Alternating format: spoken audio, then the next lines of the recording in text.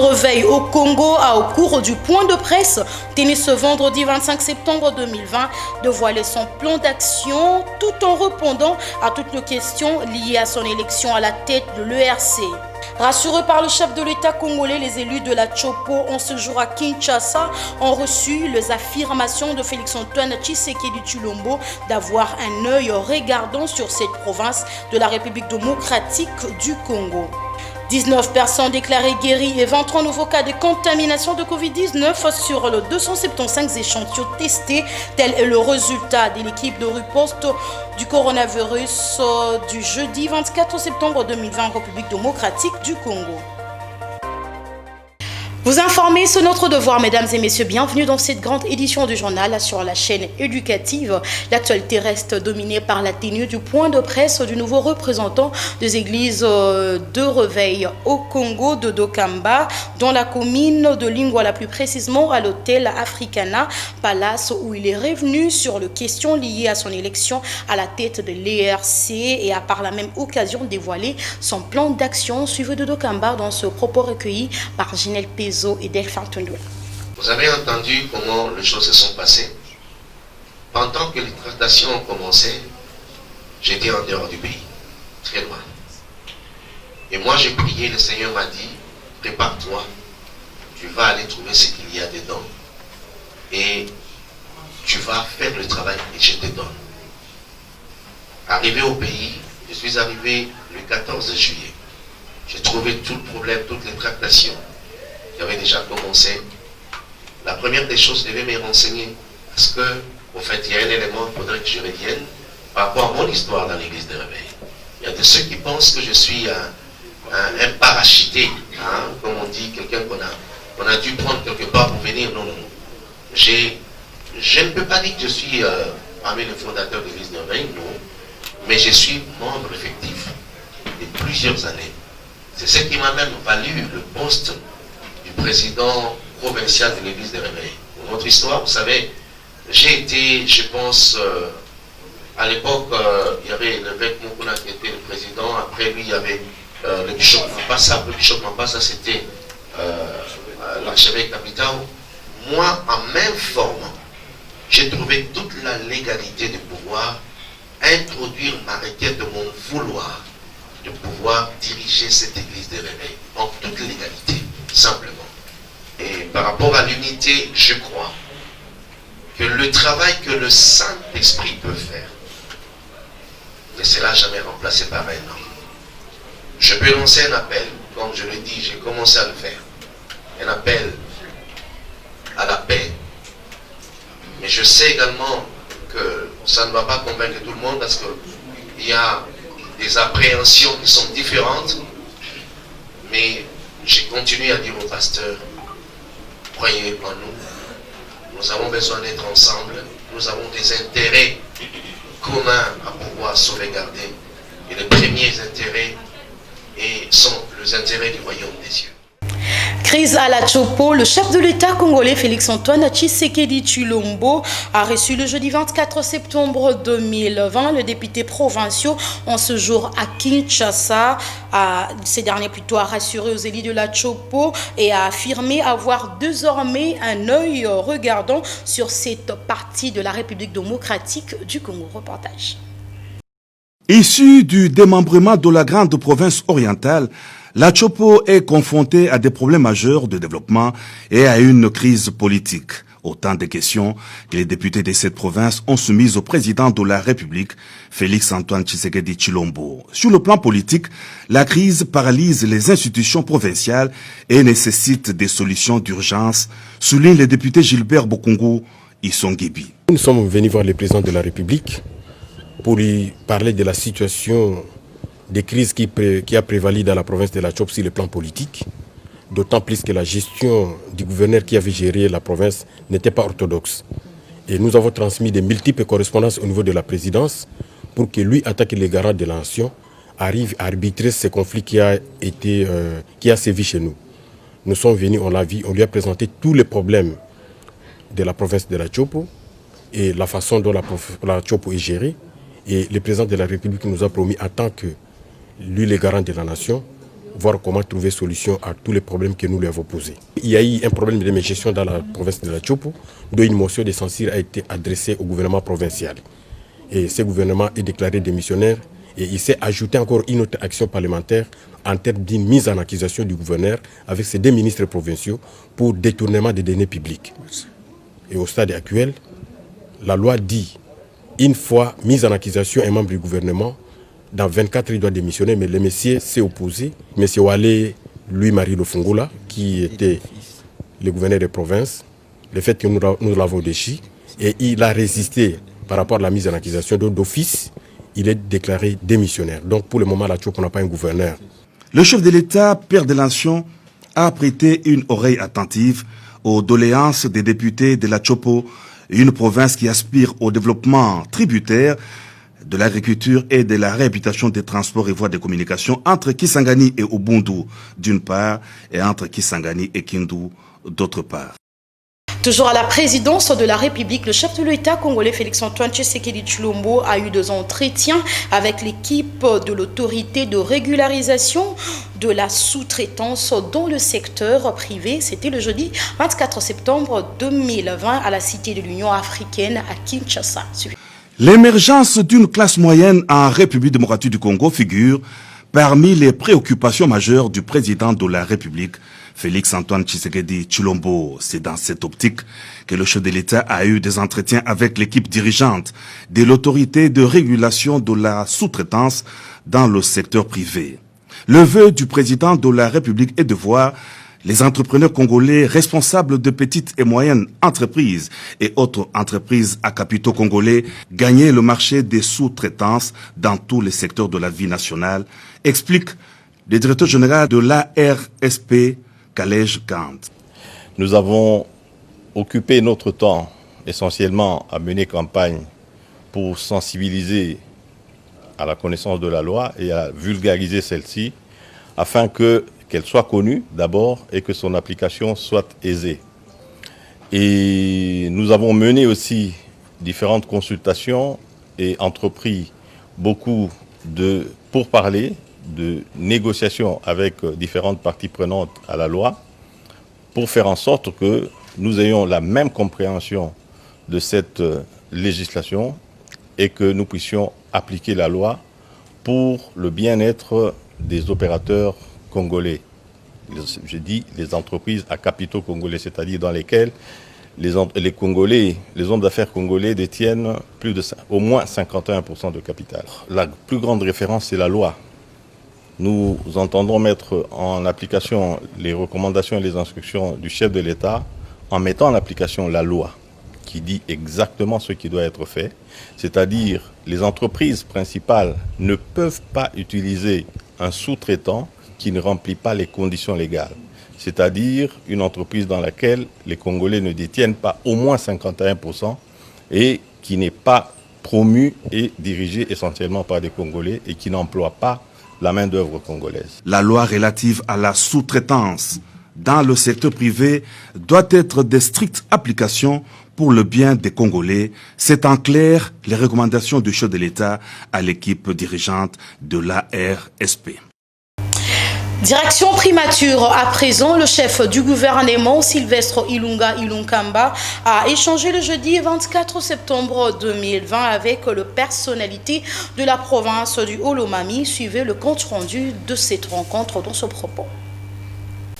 C'était pour nous vraiment un honneur d'être reçu par son Excellence, Monsieur le Premier ministre. Et il était important parce que nous vivons des situations assez difficiles. Sur tous les plans, beaucoup plus sur le plan des infrastructures. Nous avons des routes délabrées, nous avons des ponts cassés et toute la population est en train de se plaindre, ne sait pas comment s'en sortir. Alors il a été pour nous important de venir jusqu'ici, exposer tous ces problèmes au Premier ministre pour que nous puissions trouver des solutions le plus rapidement possible. Nous lui sommes vraiment reconnaissants parce qu'il nous a prêté une oreille attentive. La province du Haut-Lomami, que lui-même connaît très bien, avec toutes ces difficultés-là, nous pensons que nous allons être satisfaits rapidement. Économie dans cette édition du journal. Face à la réduction du grammage du pain Victoire, la ministre de l'économie nationale, Acacia Bandumbola, a instruit à la boulangerie Pain Victoire de faire un choix, soit de baisser le prix du pain ou soit d'en augmenter le volume. Reportage signé par Clément Kingombe.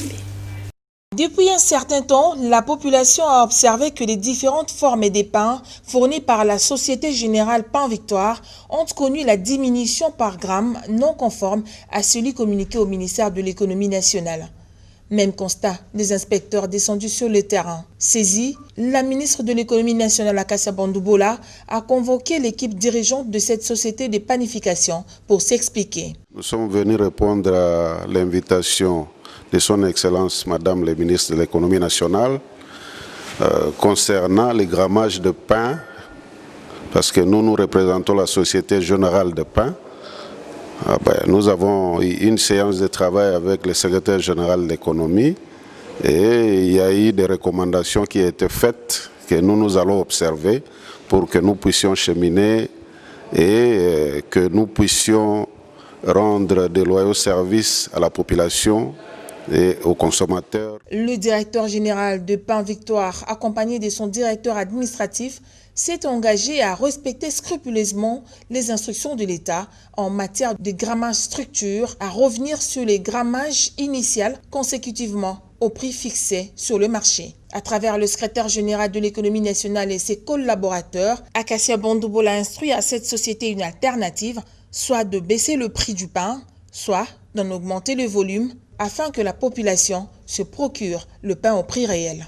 Revenons également sur cette actualité de marrage de la 20e édition du Festival national sur le secret de la culture traditionnelle. Le jeudi 24 septembre 2020 au Musée national de la République démocratique du Congo, placé sous le thème « Lutter contre la pandémie du coronavirus ». Témoin de l'événement, Rutumboudi et Freddy Kota. C'était sous une bonne ambiance que s'est ouvert ce jeudi 24 septembre 2020 le Festival national sur les secrets de la valeur de culture traditionnelle sous le thème « Lutte contre la pandémie du coronavirus en RDC ». Cette cérémonie a connu la présence du ministre de la Culture et Arts, du Dr Jean-Jacques Mouyembe, les députés nationaux ainsi que le bourgmestre. Après l'hymne national, les mots des circonstances de la bourgmestre de Lingwala, s'en est suivi les spectacles de différentes tribus.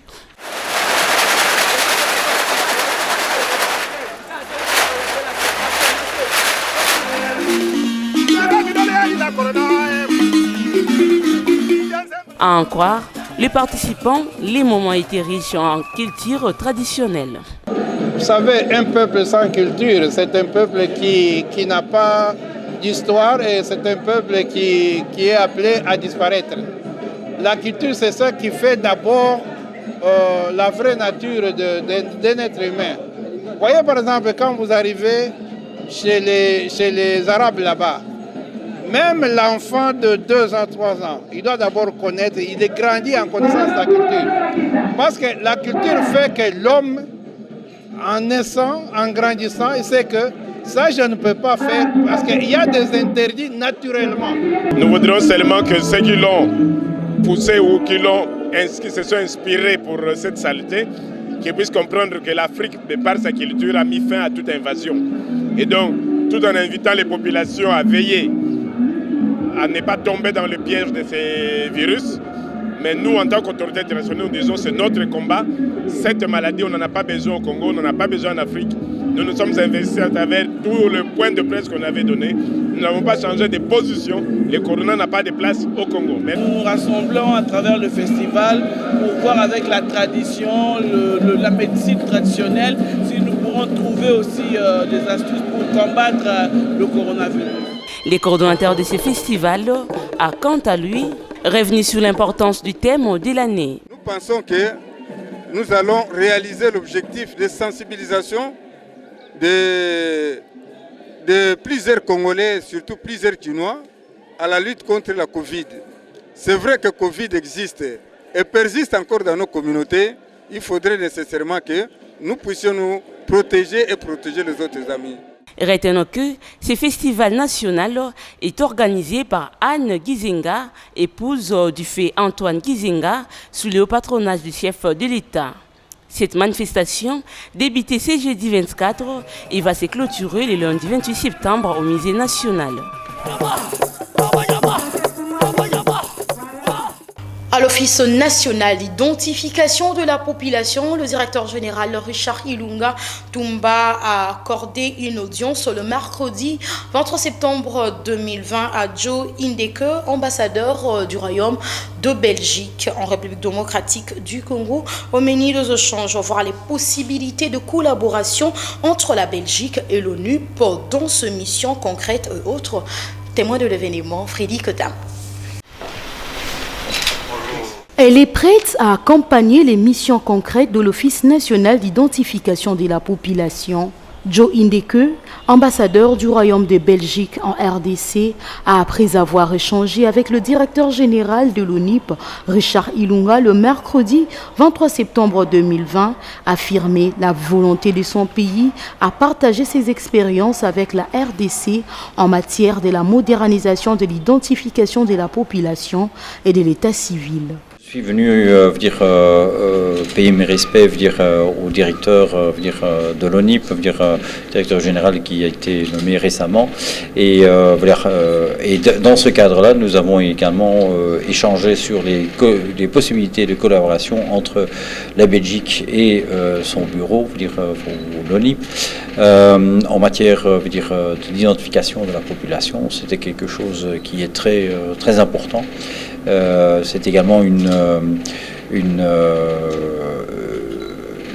matière qui est bien connue en Belgique et que nous avons développée aussi. Nous avons déjà eu quelques expériences ici au Congo et nous sommes bien disposés à voir de quelle manière nous pouvons échanger nos expériences avec le bureau de l'ONIP afin de pouvoir moderniser non seulement l'identification mais également l'état civil ici en Congo, en RDC. Ces diplomates belges a ajouté que c'est très important que la population soit identifiée. Je crois qu'il est très important d'abord que la population soit identifiée, puisque ça c'est la première chose. Si on arrive à donner une identité à une personne, cette personne acquit des droits pour des droits à la santé, des droits à l'éducation. Et alors, c'est un droit important qu'il faut donner à chaque personne et chaque Congolais le mérite. Avec un budget estimé à 350 millions de dollars américains, l'Office national d'identification de la population est déterminé à doter la population congolaise la carte d'identité avant la tenue des élections de 2023. Tel qu'annoncé aux entrées de cette édition du journal, 23 nouveaux cas de contamination confirmés du coronavirus et 19 personnes supplémentaires déclarées guéries. Telles sont les données fournies par l'équipe de riposte à la Covid-19 sur le 275 échantillons testés le jeudi 24 septembre 2020 à Kinshasa. Le détail plutôt avec Dodo Kalonji. Sur les 275 échantillons testés le jeudi 24 septembre 2020 par l'INRB, 23 nouveaux cas de coronavirus ont été enregistrés, dont 17 au Nord Kivu, 4 dans le Haut-Touélé, 1 à Kinshasa et 1 à la Tchopo. Ainsi, 19 personnes supplémentaires ont été déclarées guéries et aucun décès signalé. Depuis le début de l'épidémie, sur le sol congolais, le cumul total de cas est de 10 578, dont 10 577 cas confirmés et un cas probable. Il y a eu au total 10 070 personnes guéries et 271 décès, dont 270 cas confirmés et un cas probable. Les 21 provinces restent touchées, notamment Kinshasa épicentre avec 8 119 cas, Nord Kivu 935, Congo central 466, Okatanga 326, Sud Kivu 303, Ituri 149, Lualaba 103, Haut-Touélé 73, Tchopo 39, Nord-Ubangi 23, Équateur 15, Kulu, Sud-Ubangi et Tanganyika 6 cas chacune, Maniema 2, Olomami, Kasaï, Kasaï central, Kasaï oriental, Kwango et Chuapa, un cas partout. Toujours en santé, les agents de la riposte à la Covid-19 ont manifesté le jeudi 24 septembre 2020 à Kinshasa pour réclamer les arriérés de salaire de 5 mois. La manifestation a débuté aux installations de l'Institut national pilote de l'enseignement de sciences de santé sur le boulevard Triomphal pour chuter ainsi à l'UNRB. Ginelle Pezo était sur place pour le compte de CBS.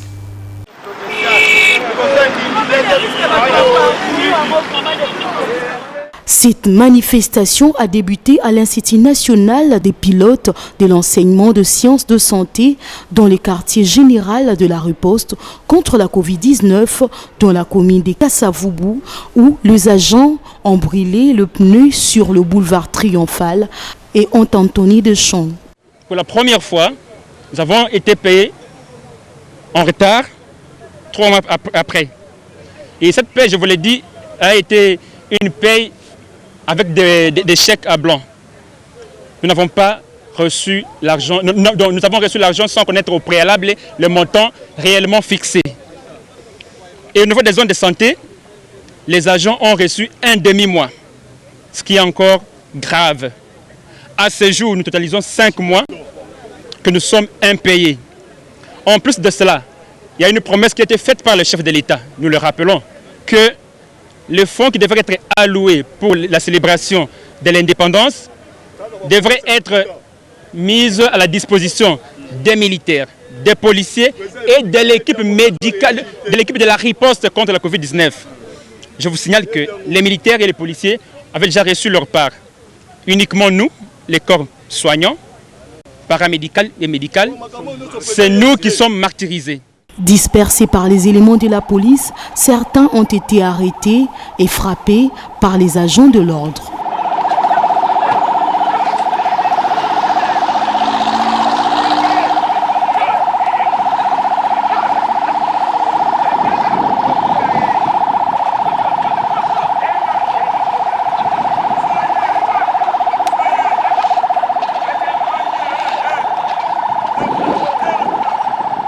Juste après, les agents ont emprunté la direction de l'Institut national de recherche biomédicale où ils ont empêché l'accès à toute personne. Rappelons que les agents de la riposte contre la Covid-19 en République démocratique du Congo, précisément à Kinshasa, ne sont pas à la première manifestation.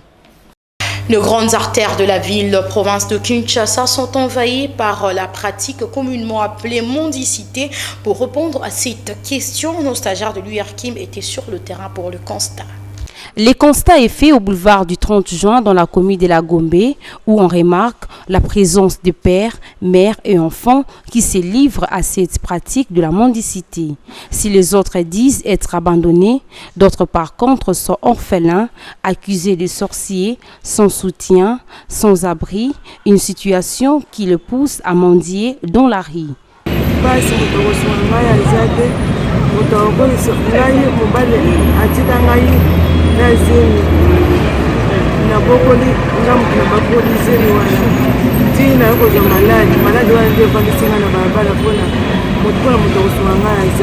Eza maladi ni? Maladi ya mbasu. Ah.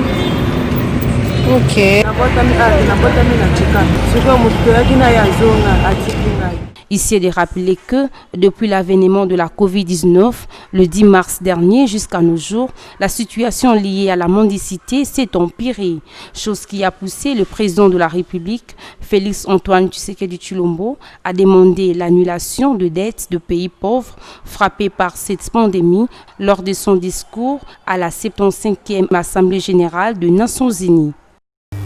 Mesdames et messieurs, c'est par ici que s'achève cette grande édition du journal. Pour ceux qui nous ont pris en cours de chemin, en voici le rappel de principaux titres. Dodo Kamba, le nouveau représentant des églises de réveil au Congo, a au cours de son point de presse tenu ce mercredi 25 septembre 2020 dévoilé son plan d'action tout en répondant toutes les questions liées à son élection à la tête de l'ERC. Rassurés par le chef de l'État congolais, les élus de la Tchopo en ce jour à Kinshasa ont reçu les affirmations de Félix-Antoine Tshisekedi Tshilombo d'avoir un œil regardant sur cette province de la République démocratique du Congo. 19 personnes déclarées guéries et 23 nouveaux cas de contamination de Covid-19 sur le 275 échantillons testés. Tel est le résultat de l'équipe de riposte du coronavirus du jeudi 24 septembre 2020 en RDC. C'en est complètement fini dans cette grande édition du journal à la chefferie d'édition Junior Twendele et la technique a été assurée par Guilhem Ayamba. Bienvenue à Touné et Delphin Tundula. Mesdames et messieurs, merci à vous de nous avoir suivis et bonne continuité de programme sur la chaîne éducative. Au revoir. Vous pouvez suivre cette émission en rediffusion quand vous voulez, où vous voulez, sur www.dab.video. Dab.video, le divertissement congolais.